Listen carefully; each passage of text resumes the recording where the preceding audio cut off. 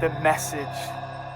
The blessed message, the intentional, exceptional, rarely preached antagonist of sorrow, sealed and signed with heavenly ink, precious cargo, the message. Subject grace, recipient everyone whom sin has produced death in, return address heaven. It is time transcendent, evidently the unending message of ages, the revelation, the fulfilling incarnation of a supernatural invasion, where God himself receives skin to receive sin on humanity's behalf, thereby satisfying God's opposing wrath and giving man a pass. But this pass goes further than a random musical anthem. At the cross, death and life collide tandem.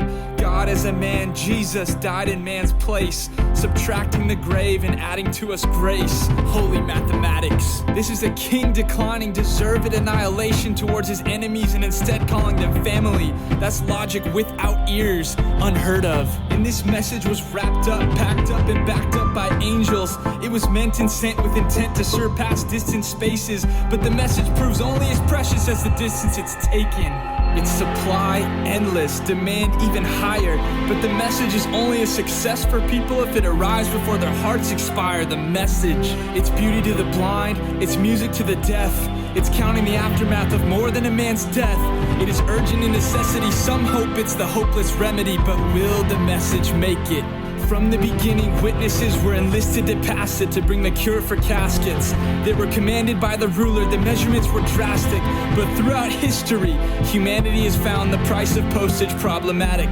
Fragile, yes, precious of course, but few have proven capable of paying the cost of the cargo's course. Of course, stamped to the message is a heavenly return policy, guaranteeing the message's global success due to the author's sovereignty. God cannot fail, his plan's foolproof, but truly being changed and never the same does not leave room for a pass or excuse not to pass on the message. This was never a singular human incentive. This is a divine, global, redemptive epidemic, but it's backwards, we need it. It is absent of guilty obligation, but present with joyful salvation for every tribe, tongue, and nation.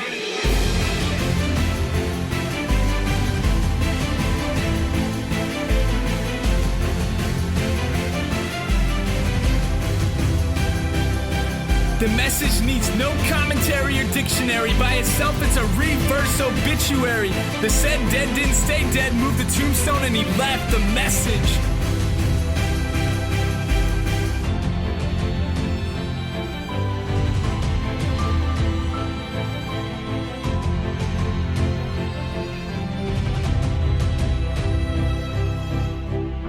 There's people out there waiting for it, hoping for it, and ready to open it. The question is, who's willing to show them it? The question is, who's got the attractive feet? And although worries, fears, false hope, and tears may attempt to misdirect or may even seem burdening, a blood-stained tree and a missing corpse scream let go in white-knuckle eternity. The message.